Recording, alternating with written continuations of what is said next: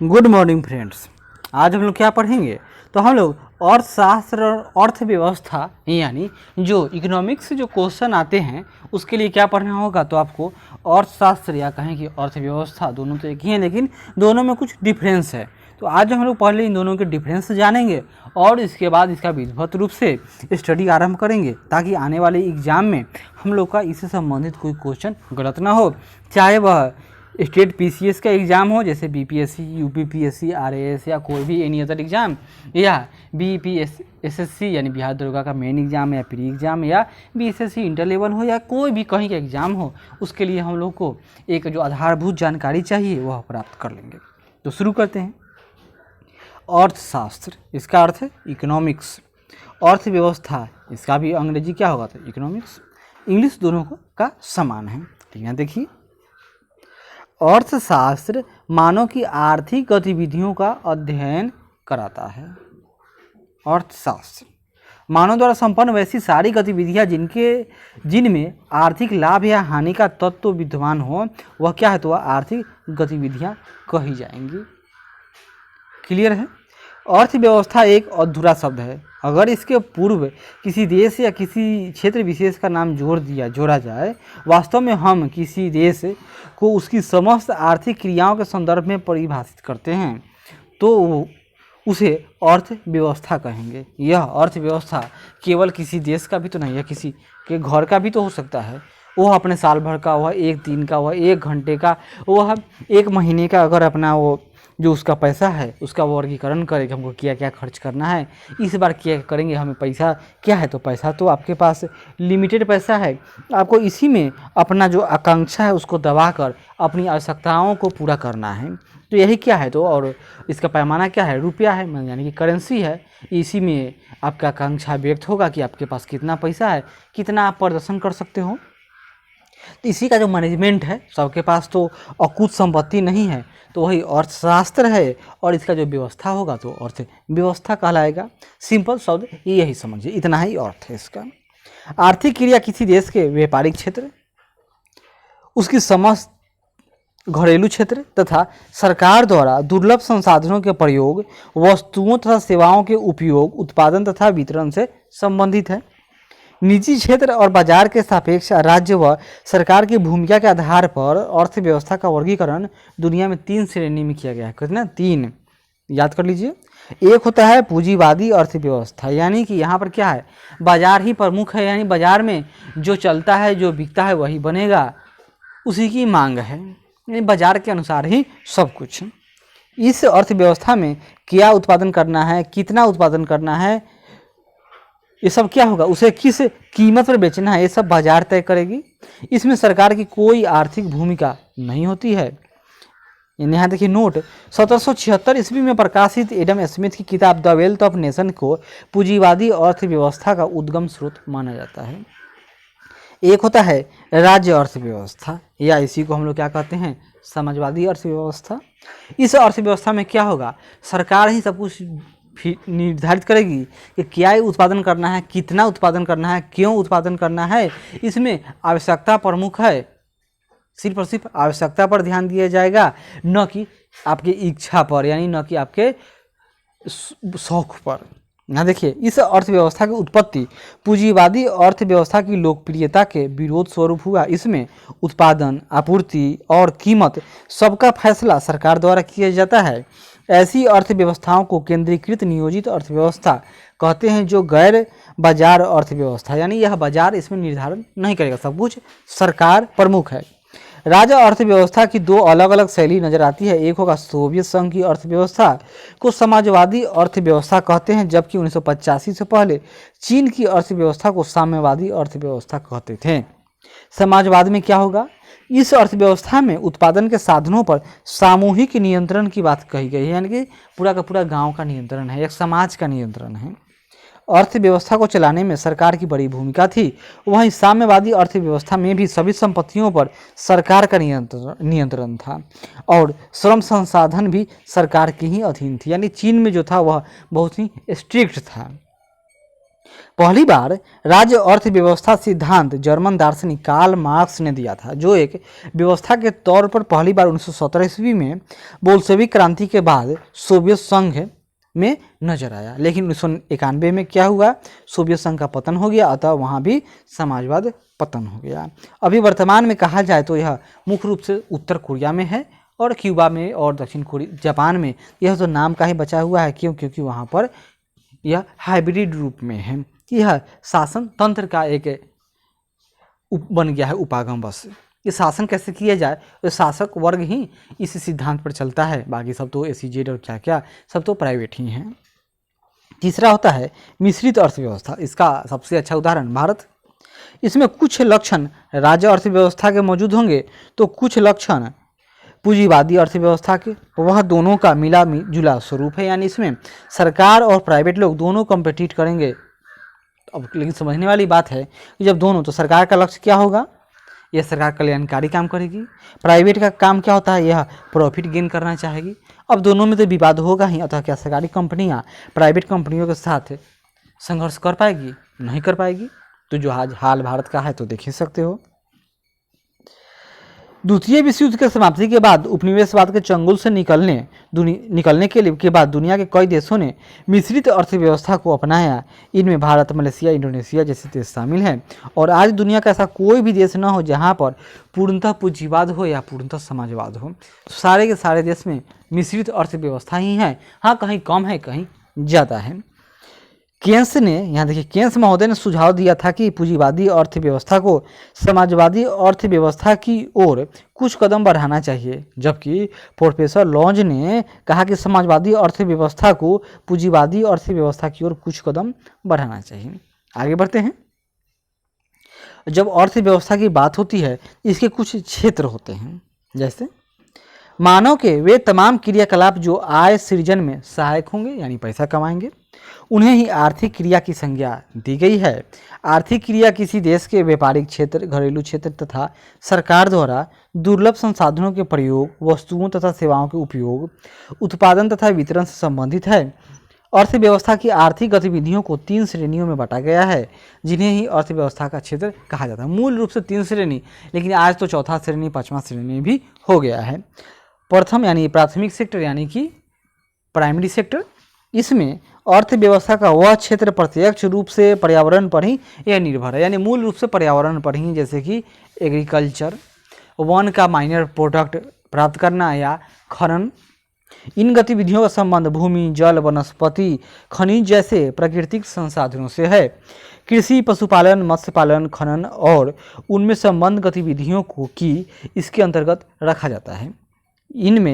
इसमें संलग्न श्रम की प्रकृति को रेड कॉलर जॉब कहते हैं, यानी कि ये लोग बहुत मेहनत करने वाले हैं, इसलिए इसको रेड कॉलर जॉब कहा जाता है।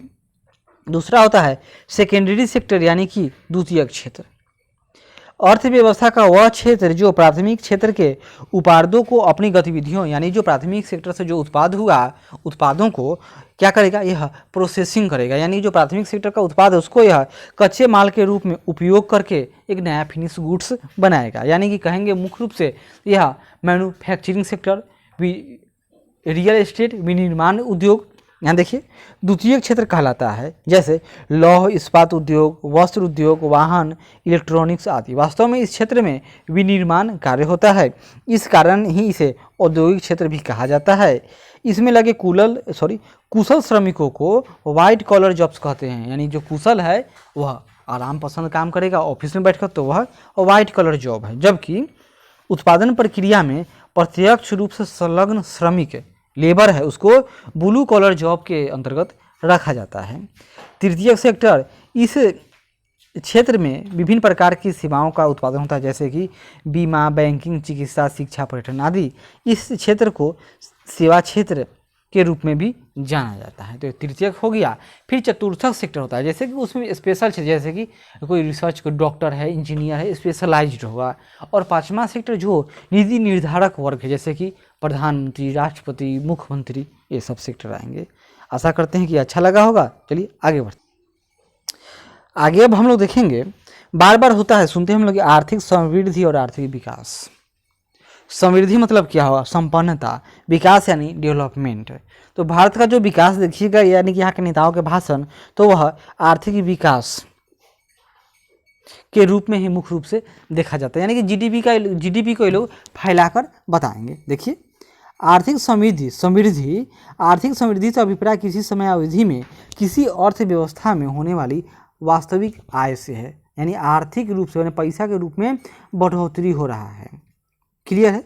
सामान्यतः यदि सकल राष्ट्रीय उत्पाद यानी जीएनपी, सकल घरेलू उत्पाद यानी जीडीपी तथा प्रति व्यक्ति आय में वृद्धि हो रही है, तो हम कह सकते हैं कि आर्थिक समृद्धि हो रही है, यानी कि रुपया पैसा में वृद्धि हो रहा है, प्रति व्यक्ति का इनकम बढ़ रहा है। और आर्थिक समृद्धि उत्पादन की वृद्धि से संबंधित है, यानी कि यह क्या है? तो सिंपल यह मात्रात्मक है, मात्रा देखता है, जिसमें कि परिमाणात्मक यानी परिमाण मात्रा देखा मैटर है, साइज मैटर कर रहा है कि भाई साइज बढ़ गया, चलिए आप विकास कर गए हो, जो कि श्रम शक्ति, उपभोग, पूंजी और व्यापार की मात्रा में प्रसार के साथ है। लेकिन किसी भी देश का जो वास्तविक विकास है वह हम लोग आर्थिक समृद्धि से नहीं देख सकते हैं। कैसे? क्योंकि इससे क्या, ऐसा प्रति व्यक्ति आय या पर जीडीपी या जीएनपी, इससे पता चल रहा है क्या कि सभी लोगों का विकास हुआ होगा, पैसा बढ़ गया, इसका मतलब यह है उनका बौद्धिक संपदा का विकास हुआ होगा? न होगा। आगे देखिए, किसी देश की आर्थिक समृद्धि का सर्वाधिक उपयुक्त मानदंड प्रति व्यक्ति वास्तविक आय होता है। आर्थिक विकास की धारणा आर्थिक समृद्धि की धारणा से अधिक व्यापक है। आर्थिक सामाजिक सांस्कृतिक आर्थिक में फिर आएगा यह गुणात्मक, परिमाणात्मक सभी परिवर्तनों से यह संबंधित है। आर्थिक विकास की माप में अनेक चर शामिल हैं, यानी अनेक इंडिकेटर हैं, जैसे आर्थिक, राजनीतिक तथा सामाजिक संस्थाओं के स्वरूप में परिवर्तन, शिक्षा और साक्षरता दर, जीवन प्रत्याशा, पोषण का स्तर, स्वास्थ्य सेवाएं, प्रति व्यक्ति उपभोग वस्तुएं, अतः आर्थिक विकास मूलतः मानव विकासी हैं। जीवन प्रत्याशा यानी कि पहले यहाँ का व्यक्ति 49 साल जीता था, अब 60 साल जीता है, यानी कि प्रोग्रेस है। लेकिन क्या जीडीपी से यह पता चल रहा है कि यह 49 साल वाला अब 60 साल जी रहा है? नहीं, हो सकता है ये 49 साल जिया हो, लेकिन पहले वाले जो लोग थे 49 साल जीते थे तो वह 100 रुपये कमाते थे, लेकिन अब यह रोज 1000 रुपये कमाता है। जो आर्थिक विकास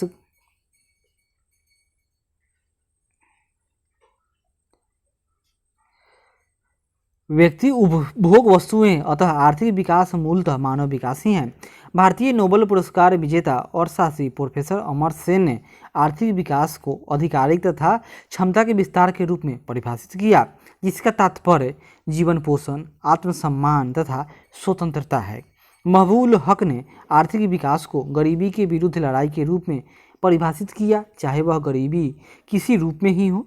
आर्थिक समृद्धि केवल परिमाणात्मक यानी मात्रात्मक, मतलब राष्ट्रीय उत्पाद के आकार में परिवर्तन, आर्थिक चरों जिनका परिमाणात्मक माप संभव है, यानी जिसका स्केल हो, उसी में ही ना हम लोग आर्थिक समृद्धि को मापेंगे। जीडीपी, जीएनपी या प्रति व्यक्ति आय, यह तो पैमाना में मापा जा सकता है, यह स्केल है इसका।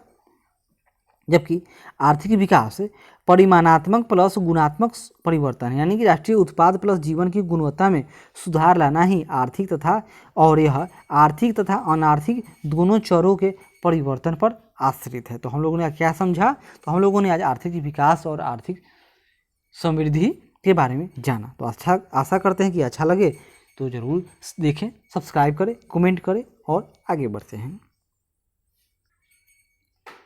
अब क्वेश्चन उठता है कि जब आर्थिक विकास है तो इसका माप कैसे हो? तो देखते हैं आर्थिक विकास की माप। विभिन्न देशों के आर्थिक विकास की माप तथा विभिन्न देशों के आर्थिक विकास की तुलनात्मक स्थिति ज्ञात करने के लिए 5 दृष्टिकोण हैं। जैसे पहला होता है आधारभूत आवश्यकता प्रत्यागमन, यानी इसका प्रतिपादन विश्व बैंक ने किया है। मतलब इसका मतलब क्या होगा कि ईज ऑफ डूइंग बिजनेस, या कोई काम करना चाहते हैं तो उस काम करने के लिए उस क्षेत्र का आधारभूत स्थिति कैसा है। दूसरा है जीवन की भौतिक गुणवत्ता निर्देशांक प्रत्यागम, यानी इसका प्रतिपादन मोरिस डेविस मोरिस ने ओवरसीज डेवलपमेंट काउंसिल के कहने पर किया था। जीवन की भौतिक गुणवत्ता, इस विधि में किसी देश के रहन सहन की स्तर यानी आर्थिक विकास की तुलना के लिए 3 आंकड़े शिशु मृत्यु दर, इन्फेंट मोर्टेलिटी रेट, मतलब क्या, कोई बच्चा जन्म लेता है और वह अपना अगला बर्थडे देख पाता है कि नहीं देख पाता है, और देख पाएगा यानी वह बच गया, ना देख पाया तो उसी को क्या कहेंगे, यानी 1 वर्ष के अंदर जन्मे बच्चों की मृत्यु, उसी को कहा जाता है इन्फेंट मोर्टेलिटी रेट। वयस्क एडल्ट लिटरेसी रेट, यानी कि वयस्क साक्षर लोग कितना है, और 1 वर्ष आयु की जीवन प्रत्याशा, यानी कि कोई बच्चा जन्म लिया वह 1 वर्ष का है, उस समय उस देश की जो जीवन प्रत्याशा एज है, यानी कि मान लेते हैं कि भारत में अभी क्या है तो 68 साल है, यानी कि अब आशा कर सकते हैं यह बच्चा 68 वर्ष तक जीवन जिएगा। और औसत मान का उपयोग किया जाता है और यह 0 से 100 पैमाने पर इसको प्रस्तुत किया जाता है। जीवन की भौतिक गुणवत्ता निर्देशांक प्रत्यागम, यानी physical quality of life index PQLI का अधिकतम मूल्य 100 तथा न्यूनतम मूल्य 0 होगा। 100 की ओर बढ़ना उत्तम स्थिति और 1 की ओर बढ़ना खराब स्थिति, और इन सब में सबसे अच्छा हालत किसका होगा तो नॉर्डिक कंट्री, यानी कि कौन कौन, स्वीडन, फिनलैंड, नॉर्वे, आइसलैंड, यही लोग टॉप पर आते हैं। तीसरा है क्रय शक्ति समता विधि, यानी पब्लिक परचेजिंग पायरिटी, यानी कोई व्यक्ति कितने का सामान खरीद सकता है। यानी इस विधि का सबसे पहले प्रयोग 1993 में अंतर्राष्ट्रीय मुद्रा कोष ने किया, और आजकल विश्व बैंक इसी विधि का प्रयोग विभिन्न देशों के रहन सहन के स्तर की तुलना में कर सकता है। इसका मतलब क्या समझे, हम लोग जानते हैं कि $1 बराबर 72 रुपया, अमेरिका में $1। अब देखेंगे कि क्या भारत का व्यक्ति 72 रुपया में कितना सामान खरीद सकता है और अमेरिका का व्यक्ति $1 में कितना सामान खरीद सकता है। तो क्या यहाँ पर 72 रुपया में कोई व्यक्ति खाना खा लेगा भारत में, क्या अमेरिका में $1 में कोई व्यक्ति भरपेट खाना खाएगा, न खाएगा। इस आधार पर भारतीय रुपया $1 के बराबर कम आंका जाता है, 10 से 20 रुपया ही आंका जाता है, लेकिन रियल में इसको क्या कहते हैं लोग, $72, अर्थात जो अमेरिकन डॉलर है वह ओवर रेटेड है, उसका वैल्यू अधिक दिया गया है। जैसे क्लास में क्या होता है, बहुत सारे वैसे बच्चे होते हैं जो अपने टीचर से कोचिंग लेते हैं, तो जब एग्ज़ाम होगा तो उन बच्चों को नंबर अधिक मिलता है, और जो बच्चे उनसे कोचिंग ना लेते हैं उनका नंबर कम मिलता है। वही वाली बात है, समझिए, समझने के लिए कहे हैं। आगे देखते हैं। विश्व विकास रिपोर्ट ईस्वी के अनुसार 2012 में क्रय शक्ति क्षमता यानी परचेजिंग पावर पैरिटी की दृष्टि से भारतीय अर्थव्यवस्था विश्व की तीसरी अर्थव्यवस्था है, आज भी तीसरी ही है। सबसे बड़ा चाइना है, दूसरा अमेरिका, तीसरा भारत है। निवल आर्थिक कल्याण, यानी देखिए निवल आर्थिक कल्याण मतलब नेट इकोनॉमिक वेलफेयर। निवल आर्थिक कल्याण यानी सकल राष्ट्रीय उत्पाद में से क्या घटाएंगे हम लोग, तो उत्पादन की छिपी लागत, यानी उसके लिए क्या खर्च करना पड़ेगा, टैक्स देना पड़ेगा, लेवी भी कर सकते हैं, तथा आधुनिक नगरीकरण की हानियाँ, जो आधुनिक नगरीकरण हुआ उसके लिए इनको क्या एक्स्ट्रा खर्च करना पड़ा। और उसमें क्या जोड़ लेंगे हम लोग, अवकाश तथा गृहिणियों की सेवाएं, यानी अवकाश प्राप्त जो कर्मचारी है उसका जो इनकम होगा, यानी जो उसका भी तो कुछ खर्च है, और गृहिणी लोग जो सेवाएं देती है उसका भी तो कुछ वेटेज होना चाहिए। इन सब को जोड़ लीजिए और इसको सकल राष्ट्रीय उत्पाद से घटा लीजिए, तब जो आएगा पैसा उसको क्या कहेंगे, नेट इकोनॉमिक वेलफेयर, यानी सैमुएल्सन। यहाँ देख लीजिए, नेट इकोनॉमिक वेलफेयर से जुड़े हुए कौन है, तो सैमुएल्सन का मत था कि निवल आर्थिक कल्याण लोगों के जीवन निर्वाह में सुधार की सही माप है। इस धारणा का प्रयोग सबसे पहले डेली और कोब ने किया था, डेली और कोब ने। जीवन की गुणवत्ता में सुधार आर्थिक विकास का मापक है कि माप के लिए विलियम नोरधास तथा जेम्स टोबिन ने मेजर ऑफ इकोनॉमिक वेलफेयर की धारणा विकसित की, जिसे बाद में सैमुएल्सन ने स्थापित कर नेट इकोनॉमिक वेलफेयर यानी न्यू कहा। मानव विकास सूचकांक यानी HDI, इस सूचकांक का प्रतिपादन 1990 में यूनाइटेड नेशंस डेवलपमेंट प्रोग्राम यानी UNDP से जुड़े अर्थशास्त्री महबूब उल हक तथा उनके सहयोगियों ने किया। मानव विकास सूचकांक के 3 आधारभूत आयाम हैं, यानी ज्ञान, नॉलेज, जन्म के समय जीवन प्रत्याशा, और क्रय शक्ति समायोजित प्रति व्यक्ति के रूप में प्रदर्शित जीवन निर्वाह का स्तर। मानव विकास सूचकांक का उत्तम मान 1 होगा और सबसे खराब उस नीचे की तरफ घटते चले जाइए। मानव विकास सूचकांक स्वास्थ्य, शिक्षा एवं आय आदि के स्तर पर आधार तैयार किया जाने वाला संयुक्त राष्ट्र विकास कार्यक्रम यानी UNDP का सूचकांक है। तो आशा करते हैं कि यह अच्छा लगे, तो जरूर देखिए। आगे बढ़ते हैं।